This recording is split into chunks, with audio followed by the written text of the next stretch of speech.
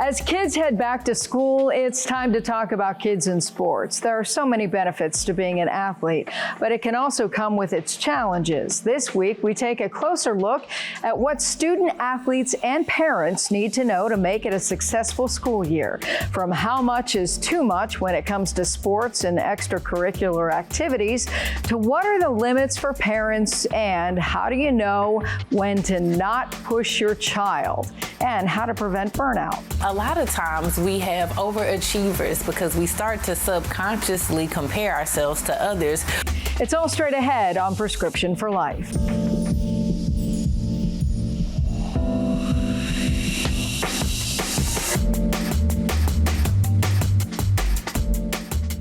Hi, everyone, and thanks for joining us. I'm Monica Robbins. Back to school means a return of fall sports, after-school practices, and routine.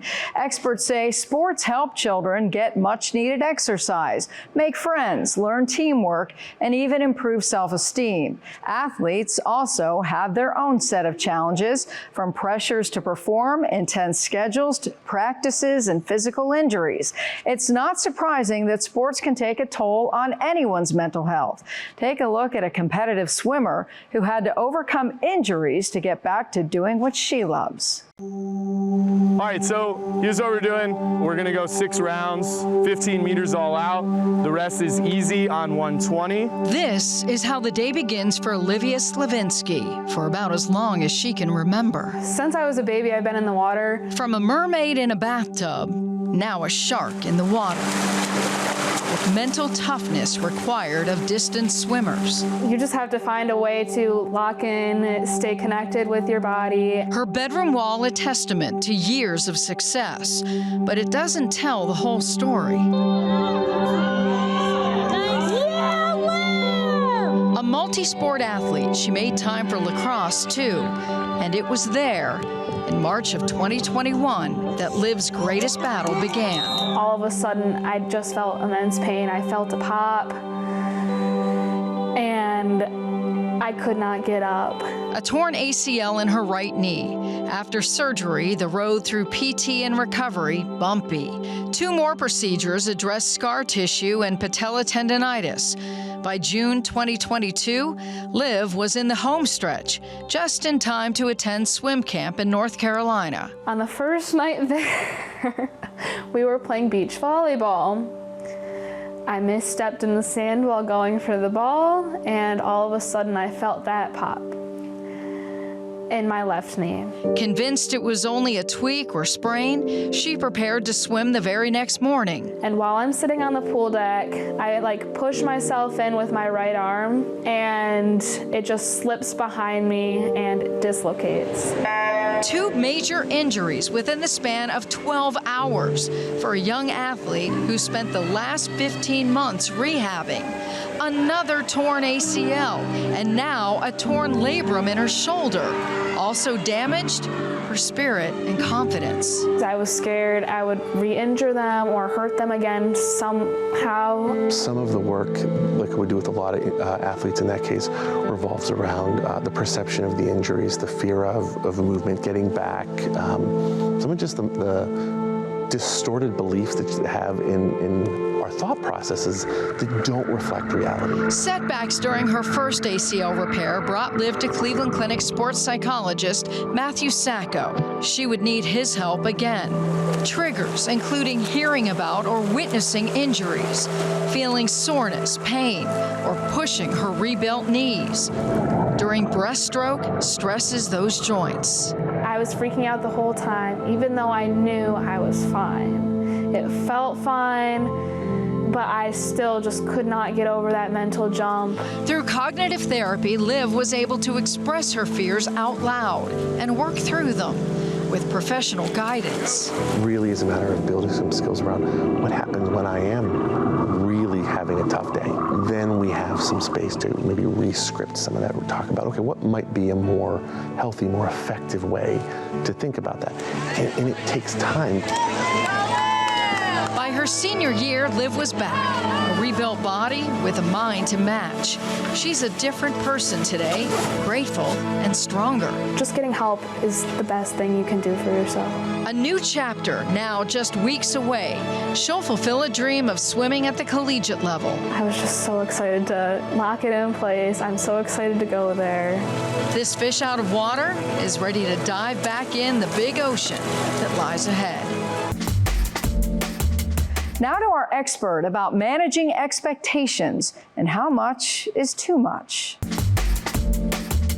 Joining me now is Dr. Allison Weldon, a pediatric sports psychologist with Akron Children's Hospital. Thank you so much for being with us. Thank you for inviting me. So much to talk about, especially we've just gone through the Olympics. So many kids were watching, rooting on their favorites.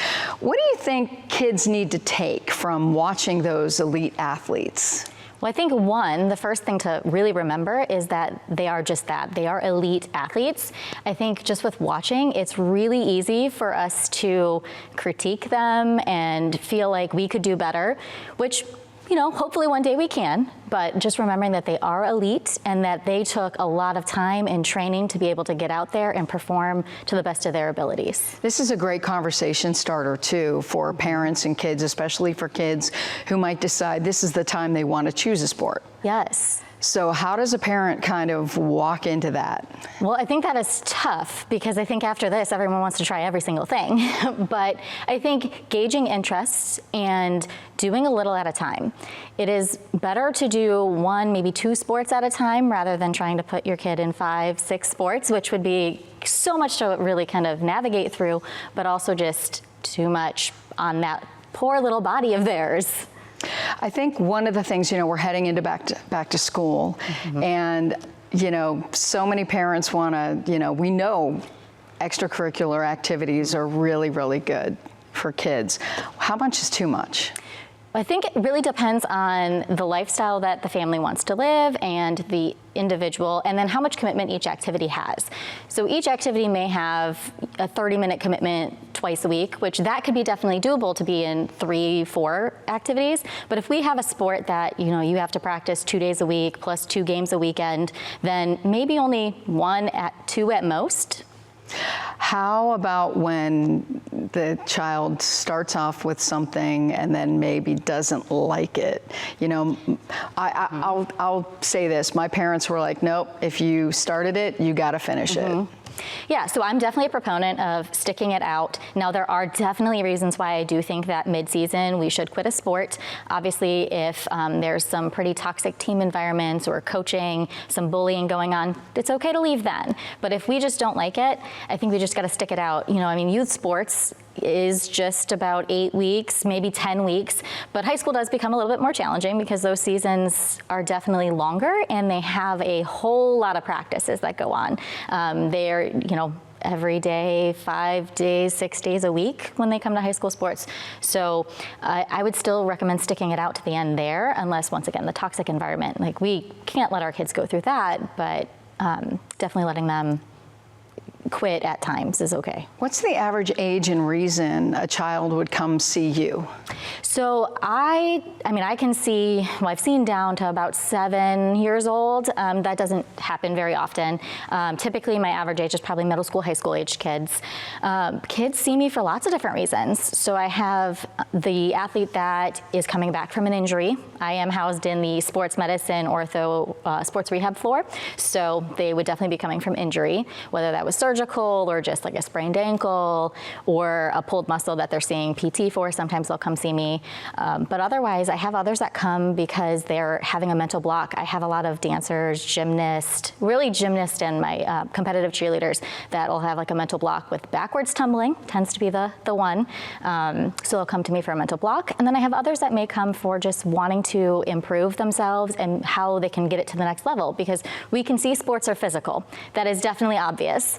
but there is definitely a huge mental component to sports, whether that's just how do we navigate through maybe a tough environment, not toxic, but just a tougher environment, through how do we get ourselves to push ourselves to become that collegiate or that professional athlete. It seems that professional sports, the NCAA, they're taking mental health quite seriously. Yes. They're looking at it as part of training, but that still has yet to really filter down into high school, middle school. Yes. When you have a cheerleader, when you have a gymnast, Simone Biles brought up a great point, you know, when she stepped away from the Tokyo Games because she had the twisties. And then you had a lot of people just attack her for that. Right. Because they don't understand this could be catastrophic. Right. How do you not only get the athlete to understand it's okay, but also the parent or the coach or somebody else who's like, you know, suck it up, buttercup. Right, that is definitely hard, right? Because you're right, people just don't seem to understand it. It is a harder concept to kind of understand that, you know, we are going to have these moments. But you're right. I mean, especially for a gymnast, it could be very catastrophic, right? If she can't mentally be prepared to make that flip, she's probably not going to be safe in her landing. So I think having the parent or coach kind of understand the safety concerns, and there are safety concerns across every sport, but obviously gymnastics is very apparent in some of those safety concerns. But just understanding that piece to that and understanding like it's going to happen. We're going to have moments where we just need to step back. She didn't stop, she just needed to take a moment, and that's going to be the same across all kids, all ages. Do you find that parents are starting to get it? Or do you see that parents, once you explain to them, because I would see once they understand or once their children seem to understand that mental health is part of it, that makes them a better athlete. I think parents are starting to get it. I think that, you know, Simone Biles definitely drew that to attention, but Michael Phelps has, as well as numerous other professional Olympic collegiate athletes have brought to attention the mental side to it and understanding that there is the mental preparation that needs to go into it. You know, think about baseball, softball. If they're not mentally prepared to enter that batter's box, they're probably not going to be getting a hit. But, you know, it takes time, it takes effort. It's very different across a lot of different sports as well. I think a lot of parents don't realize the pressure, too, that they put on their kids. How do you address that? Do you discuss that with the kids? And is there something the kids can do? You know, where are the limits when parent gets to be, you know, coach, trainer, cheerleader, or, you know, those parents who seem to just go beyond? Right. I mean, it's definitely a conversation across the board with both the athlete as well as the parent, but it really does depend. You know, age depends in some ways. You know, I always ask if it's a older, or I guess an adolescent and up, I definitely ask like, hey, is this something you want me to address with your parent? Is this something you want to talk to them about? How do we want to approach this and kind of take the team collaborative approach? Younger kids, I'm a little bit more direct with the parent of like, hey, let's take a step back. Like, let's look at what we're saying and how that may be impactful to little Joey over here. So it just depends. Back to school is happening. What is the biggest stress factor that you're finding that kids are needing to deal with right now? Well, the sleep is definitely a thing. The having to get back onto that schedule, go to bed earlier. 'Cause, I mean, most kids, regardless of age, are not typically going to bed, you know, at the time they would for school. You know, you typically even, you know, I don't know, early elementary kid is going to bed slightly later in the summer with the sun being up later. So having that be a big issue, because going to sleep and getting enough sleep is definitely incredibly important. I also think the battle with just getting everything ready is definitely a huge thing too. So, you know, making sure we have everything put together the night before that we can, right? We can pack our backpack, we can pack most of our lunch usually, we can fill up that water bottle, leave it in the refrigerator so they can just grab it and go. The less we have to do in the morning, I think the better off we all are. How do you deal with the anxiety? Because, you know, sometimes kids are pretty good at hiding it. How do you pay attention and know something's not quite right? Yeah, so, you know, I mean, I think looking at your child and seeing kind of their mannerisms, right? So we often see anxiety presenting slightly different in children. It's sometimes, I mean, very overt or obvious worries that we notice, but also it's, you know, the irritability, the becoming more easily upset, more angry, easy. Those things are those things that could say that we are having some anxiety and recognizing that that is something that may be going on with our child, and then just kind of talking them through, being like, hey, so I noticed it looks like you're feeling kind of angry or feeling kind of upset, or maybe even saying like, you know, it looks like you may be kind of anxious, and helping them identify and label those feelings so that they can then be like, yes, or no, Mom, you're completely wrong. Final thoughts. What would you like parents to know if you could shake them all and tell them, please do this with your kids? Oh, that's a tough one. I think that the last thing that I would want them to know is just be there and be supportive. Like, allow the space for your child to talk to you, and don't make them have to talk, if that makes sense. A child is going to be more open to want to talk to their parent if they feel like they're not going to be judged by what they're telling their parent. And so kind of having it be a judge-free zone. Wow, that's not easy for a lot of parents. Not at all. So yeah, just keep your responses to yourself and think before you speak. Yes. Wow, lots of parents are going to have to talk to you too then. Definitely. So, Dr. Weldon, thank you so much. Great insight. Thank you. Kids can get burned out from too many activities, including sports. So how can you make sure your kids are still playing for the fun of the game? The answer after the break. Stress and burnout can be real for student athletes. The pressures of competing and long hours of training can lead to physical and mental exhaustion. Jasmine Bird shares some tips. I would encourage parents to make sure that there is a balance between activities and rest time. Huntsville Psychotherapy and Counseling Services owner and psychotherapist Monretta Vega says sometimes the truth is the burnout is real. When we've been doing sports for so long, or any extracurricular activity, that burnout comes because we may not see a benefit, and we also may start to just see a decline in our interest levels. According to the Kids Mental Health Foundation, while about 60 million kids participate in organized youth sports across the country, a recent study published in Pediatrics showed that 70% quit playing by the age of 13. A lot of times we have overachievers because we start to subconsciously compare ourselves to others who are in different categories. Vega says for parents, it's important to ask and sit with those tough questions. Yes, we may have a star athlete and they may be great at this activity, but are they motivated to continue on? Is their heart still in it? And most importantly, I would just encourage parents to revisit our goals when we're talking about extracurricular activities. Again, you know, we see the greatest athletes and the greatest aspects in our children, and we want them to be successful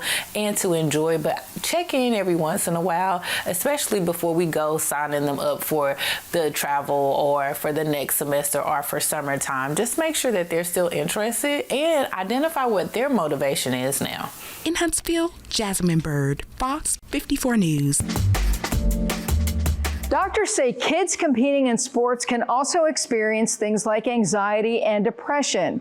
Kids as young as middle school age, and it's more common than you may think. As many as 35% of even elite athletes have expressed mental health concerns. Doctors say a few ways parents can help is to promote good health, sleep, and diet, plus setting limits on social media, where kids sometimes focus on unrealistic expectations instead of what they can control. Where is someone in your day thinking about something that you did that made you feel like you put in good effort? Where is a place that you feel like you had some success and had an accomplishment?